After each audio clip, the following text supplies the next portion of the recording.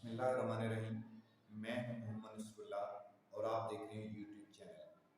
आज 1 अक्टूबर 2021 बरोज़ जुम्मा हम दो इंटरनेशनल खबरों के ऊपर बात करेंगे। एक ताजिकिस्तान और अफगानिस्तान के दरमियान पैदा होने वाली टेंशन और दूसरी इंडिया और चाइना के दरमियान पैदा होने वाली टेंशन कि अमेरिकन, इंडिया, इजराइल और दीगर एजेंसीज और दीगर आलमी ताकतें जो खित्ते के अंदर अमन नहीं चाहती हैं, उन्होंने अफगानिस्तान में अपनी नाकामी के बाद पंजशेर को अपना किला बनाने की कैसे कोशिश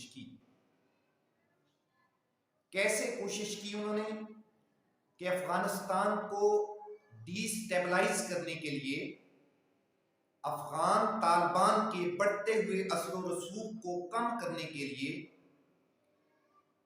और एक मजबूत और मुस्तहकम अफगान गवर्नमेंट जो तालिबान फॉर्म करने के लिए जा रहे थे, उसको इंडियन असर व रसूख के साथ पंजशेर में जिस तरीके से उनको असला प्रोवाइड किया गया, जिस तरीके से उनको अफरादी कुव्वत फराहम की गई और जिस तरीके से उनको माली वसाइल प्रोवाइड किए गए, ये दुनिया के सामने है और इसके बहुत ज्यादा सबूत भी मौजूद हैं।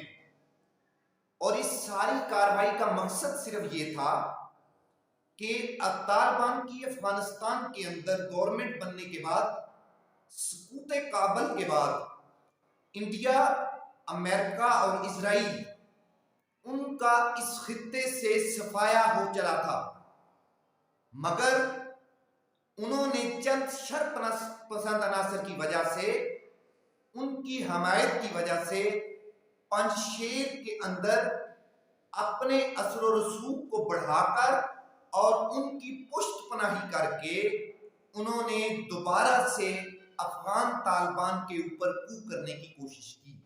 मगर अफगान तालिबान की हिकमत अमली और अफगान तालिबान की दानिशमंदी और उनकी जो जंगी टेक्निक्स थी, उनकी बदौलत न सिर्फ उनको पंजशेर के अंदर भी कामयाबी मिली, वो पंजशेर जो शेरे पंजशेर ने कहा था उसको कि ये नाकाबिले तस्खीर है, अगर इसे रशिया जैसी सुपर पावर फतह नहीं कर सकी तो कोई और भी किसी सूरत नहीं कर सकता। ये वो सुहाना ख्वाब था जो शेरे पंजशेर के बेटे को आलमी ताकतों ने दिखाया और उनको तालिबान के मद्दे मुकाबल ला खड़ा किया। अब जब पंजशेर के अंदर उठने वाली बगावत, मज़ामती तहरीक, शरपसंद अनासर, दौलत इस्लामिया और ISI की जो इन्वॉल्वमेंट थी, वो तालिबान ने उसको बड़े मौसर तरीके से काबू कर लिया, उस पर काबू पा लिया, तो आर्मी ताकतें परेशान थीं कि अब अफगानिस्तान के अंदर हम कैसे इंटरप्ट कर सकते हैं। ये है वो नुक्ता जिसके ऊपर आज हम बात करने जा रहे हैं। इस सूरत हाल के अंदर आपको हमने पहले भी अपनी जो अफगानिस्तान के इशू पे मेरी वीडियोस बन चुकी हैं उनके अंदर बताया था, जब पंजशेर और तालिबान के दरमियान एक, आप कह लें कि लड़ाई की आबो हवा जारी थी, दोनों तरफ से जो जंगजू थे वो आमने सामने थे, एक दूसरे पर हमलों, हलाकतों और एक दूसरे के इलाका जात पर कब्जे और एक दूसरे की पसपाई की इतलात आ रही थी, तब हमने आपको बताया था कि ताजिक जो गवर्नमेंट है ताजिकिस्तान की, इनके बड़े करीबी तल्लकात हैं शेरे पंजशेर के बेटे से। ये आज से नहीं है, ये जब रशिया अफगानिस्तान के अंदर था तब भी थे और ये रशिया के अफगानिस्तान के साथ से जाने के बाद भी रहे और ये आज भी हैं। आप यूं कह लें कि इनके माशरती, अखलाकी, समाजी और मजहबी बड़े करीबी तल्लकात हैं इस सूबे के ताजिक गवर्नमेंट के साथ। और आपको ये बात भी एक मैं साथ बताता चलूं कि जब सकूते काबल हो रहा था उस वक्त आपको पता है कि बहुत से जो अफगान पायलट्स हैं ये अफगान गवर्नमेंट के क्राफ्ट्स लेकर ताजिकिस्तान फरार हो गए थे, जो अब तक जिसमें से ज्यादातर ताजिक गवर्नमेंट के पास हैं, वो एयरक्राफ्ट्स भी और वो हवाई अमला भी उनकी कस्टडी में है। उन्होंने उधर पनाह ली हुई है या उन्होंने उनको डिटेन किया हुआ है उधर, वो अब तक उनके पास है। एक ये पहलू भी याद रखें। अब जब तालिबान ने इन खबर को सम अप करते हैं, अब जब तालिबान ने दोबारा पूरे अफगानिस्तान पे अपनी फतूहात, अपने परचम को लहराया और आलमी ताकतों के साथ डायलॉग की बात की और अपनी काबीना बनाने की बात की, तब तक ये बात खामोश रही। लेकिन जैसे ही अफगानिस्तान के तालिबान ने अपनी काबीना को बनाया तो शेर पंजशेर ने लड़ाई शुरू कर दी। शेर पंजशेर के बेटे ने, वो जैसे ही खत्म हुई तब तक भी ये खामोशी रही। फौरन बाद ताजिक गवर्नमेंट ने एक डिस्प्यूट खड़ा कर दिया तालिबान के साथ कि तालिबान जो काबीना बना रहे हैं, ये काबीना हमारे लिए नाकाबिले कबूल है। उसकी वजह कि जिन लोगों की पोस्ट पे ताजिक गवर्नमेंट ने हाथ रखा हुआ था उनको उनका हिस्सा बकदरे जुस्सा नहीं वसूल हुआ। और यही बात अहमद मसूद शेर पंजशेर के बेटे वो भी कर रहे थे कि हमें आपकी काबीना के अंदर इतने % शेयर चाहिए।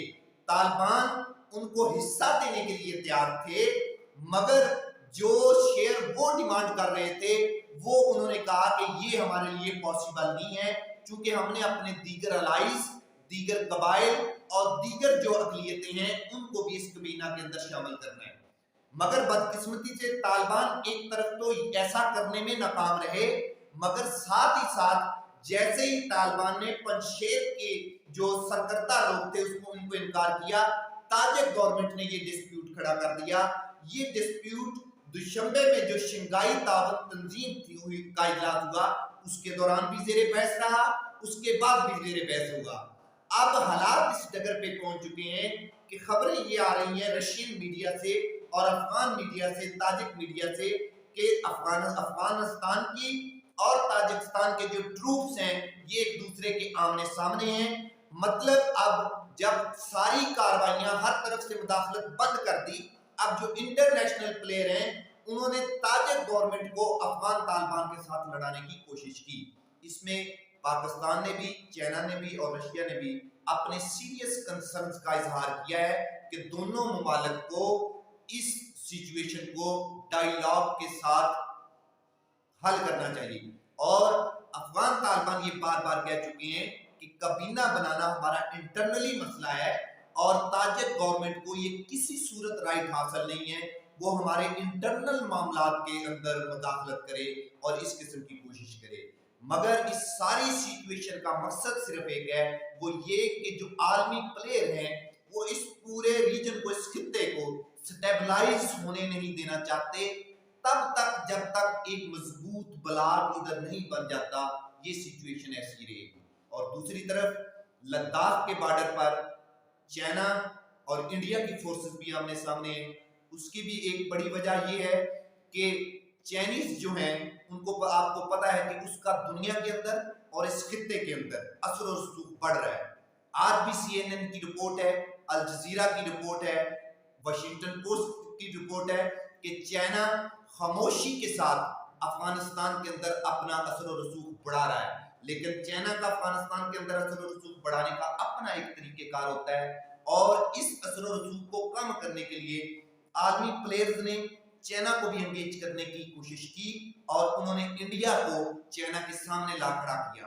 अब ये क्लेम भी दोनों तरफ से आ रहा है। चाइनीज कहते हैं कि पहले इंडियन ने अपने ट्रूप्स उधर एक ह्यूज क्वांटिटी के अंदर डिप्लॉय किए, तब हमने रिस्पांस में ये काम किया। मगर न्यू दिल्ली की तरफ से जो मौक़िफ़ आ रहा है वो कहते हैं कि पहले चाइनीज ने अपने ट्रूप्स उधर ड्रॉप किए, फिर हमने अपनी सेफ्टी और उसके लिए, और ये सिचुएशन तब तक रहेगी जब तक चाइनीज जो बायलैटरल हमारा एग्रीमेंट है LAC का उसके ऊपर अमल दरामद नहीं करते।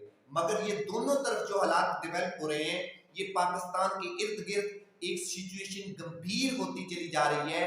इसकी वजह सिर्फ ये है कि ये खित्ते के अंदर चाइना और पाकिस्तान के बढ़ते हुए कदमों को किसी तरीके से रोका जा सके। मगर ये मजबूत इत्तेहाद जो है ये दुश्मन की आंखों में बड़ी बुरी तरह खटक रहा है और इंडिया को तो ये किसी सूरत भी हजम होने नहीं हो रहा। ये थी अब तक की अपडेट। अब तक के लिए इतना ही। बहुत शुक्रिया।